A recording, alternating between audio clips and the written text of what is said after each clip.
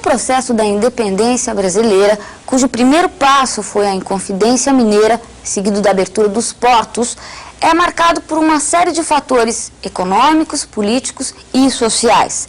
O coroamento de tudo isso foi o 7 de setembro. Com a vinda da família real, o Brasil transformou-se em sede do governo português, o que resultou na extinção do Pacto Colonial, na nossa elevação a Reino Unido e na melhoria dos níveis de vida material e intelectual. Em contrapartida, os tratados de 1810 levaram o Brasil a ficar economicamente dependente da Inglaterra, com déficit na balança comercial. Havia ainda pressões de revolucionários portugueses pela recolonização do país, que os patriotas brasileiros, claro, repeliam com nova exigência. Agora, a independência total. Aos anseios desses patriotas, uniram-se a maçonaria e a imprensa, que passam a despejar críticas às atitudes da corte contrárias aos interesses brasileiros. Nesse momento de tensão, era preciso que Dom Pedro ficasse. Sua partida representaria o esfacelamento do Brasil. Sondado, ele decide-se por ficar. Muito bem, minha gente, e hoje nós vamos falar sobre a independência do Brasil. Gente, primeira coisa importante é saber em que contexto histórico a gente insere a nossa independência política. E a gente sabe, e você também sabe, que a independência política do Brasil faz parte de um contexto histórico marcado exatamente pela consolidação do capitalismo europeu. É nesse quadro que a gente insere a independência do Brasil. É evidente que a nossa independência acabou tendo um caráter muito diferente das independências latino-americanas. E por quê? Porque, ao contrário das demais independências, a nossa, a de 1822, contou com a presença de elementos da própria corte portuguesa. Por exemplo, em 1808, nós tivemos aqui a chegada de Dom João VI. E por que Dom João veio para cá? Por conta das chamadas guerras napoleônicas, isto é, da conjuntura europeia. E eu quero que você veja justamente o nosso amigo Napoleão Bonaparte. Campanha militar de Napoleão Bonaparte. Pois é. O fato é que a guerra que existia na Europa envolvendo a França e a Inglaterra acabou atingindo Portugal. Você se lembra que em 1806 Napoleão decretou o bloqueio continental? Todo mundo deveria aderir ao bloqueio. Portugal teve problemas. Dom João, príncipe regente de Portugal, não pôde aderir de imediato ao bloqueio, porque Portugal era um país que dependia da Inglaterra.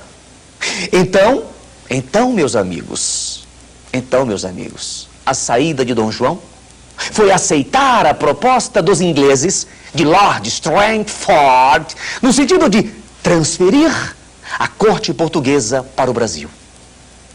E aqui nós vamos encontrar o Dom João VI. Veja, Dom João VI, o nosso amigo Dom João VI, príncipe regente de Portugal. Esse moço, ele simplesmente chega em 1808 e permanece no Brasil durante 13 anos, até 1821. O Brasil tornou-se a sede da monarquia portuguesa. Muita coisa mudou para o Brasil. De cara, os portos foram abertos. Meus amigos, ora, o que prendia o Brasil a Portugal era justamente o Pacto Colonial. Pois neste Pacto Colonial praticamente desaparece com a abertura dos portos, datada de 28 de janeiro de 1808. Aos poucos o Brasil foi assumindo as feições de um país livre. Era a sede da monarquia portuguesa. É claro que eu nunca vou esquecer que os ingleses fizeram exigências ao Dom João. Em 1810, o Brasil através de Dom João, foi obrigado a assinar com os ingleses os tratados de 1810, os famosos tratados, principalmente o de comércio e navegação. Pois é. Esse tratado concedeu privilégios comerciais aos ingleses. E é claro que, se o Brasil futuramente perderia com esse tratado de 1810, Portugal também perdeu. Mais tarde, em 1815, o Brasil foi elevado à condição de Reino Unido. A situação de Portugal piorava diariamente. Povo, mais. Elites portuguesas, burguesia, nobreza, essa gente toda percebe que precisa fazer com que o Brasil volte a ser colônia. E é nesse caso que, em 1820, dia 24 de agosto, estoura no Porto, na cidade do Porto, uma revolução. Uma revolução conhecida como Revolução Liberal do Porto. Entre outras coisas, esta revolução queria que a família real retornasse a Portugal. E que o Brasil fosse elevado à condição de colônia. Voltasse a ser colônia. É brincadeira uma coisa dessa. É claro que o Dom João voltou a Portugal. Mas ele deixou o Dom Pedro aqui na condição de príncipe regente do Reino Unido, do Brasil, Portugal e Algarve. Quando a elite descobriu que as cortes de Lisboa desejavam recolonizar o Brasil, mais que depressa, a elite agrária se movimenta. Se movimenta e se articula contra a recolonização.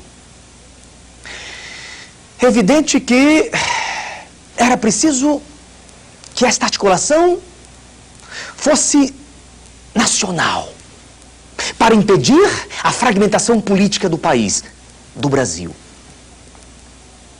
E para que esta articulação, para que esta movimentação fosse nacional,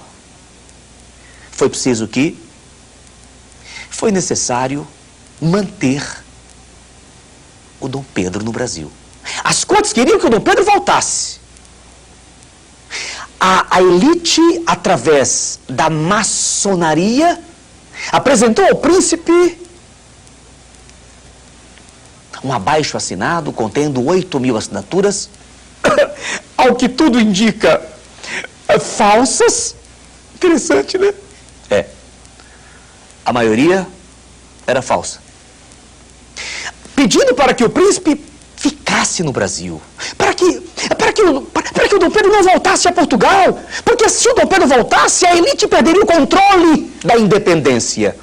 A elite sabia disso, a elite conhecia a história das demais independências, a elite não queria a fragmentação, a elite queria manter a unidade. A unidade nacional é verdade, sim, mas a unidade principalmente escravista e latifundiária. Por isso, exatamente por isso, a elite pede para ficar e o Dom Pedro fica.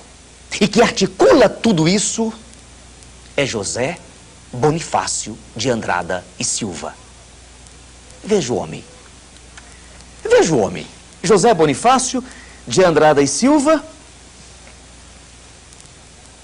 o patriarca da independência. Meus amigos, normalmente quando se mostra Bonifácio, parece que ele não tinha nada. Qual era a classe dele? Quem Bonifácio representava? A elite agrária, latifundiária. E, portanto, a classe dominante. Foi justamente em nome dessa classe dominante que o José Bonifácio articulou a independência do Brasil. É claro que essa independência, ela acaba sendo oficializada no dia 7 de setembro de 1822, em São Paulo, no chamado episódio do Grito do Ipiranga, que eu quero que você veja nessa ilustração. A famosa independência ou morte. claro que quando o Dom Pedro disse independência ou morte, na verdade o Dom Pedro está pensando, no grupo dele, está pensando na elite. Porque a nossa independência foi, sem dúvida alguma, um acontecimento profundamente conservador, reacionário. Manteve o modo de produção colonial, latifundiário e escravista. E é lógico que um filme mostrou essa história um pouco distorcida. Aquele famoso quadro da Independência ou Morte, que foi reproduzido no filme Independência ou Morte, aqui no Brasil ele nunca existiu.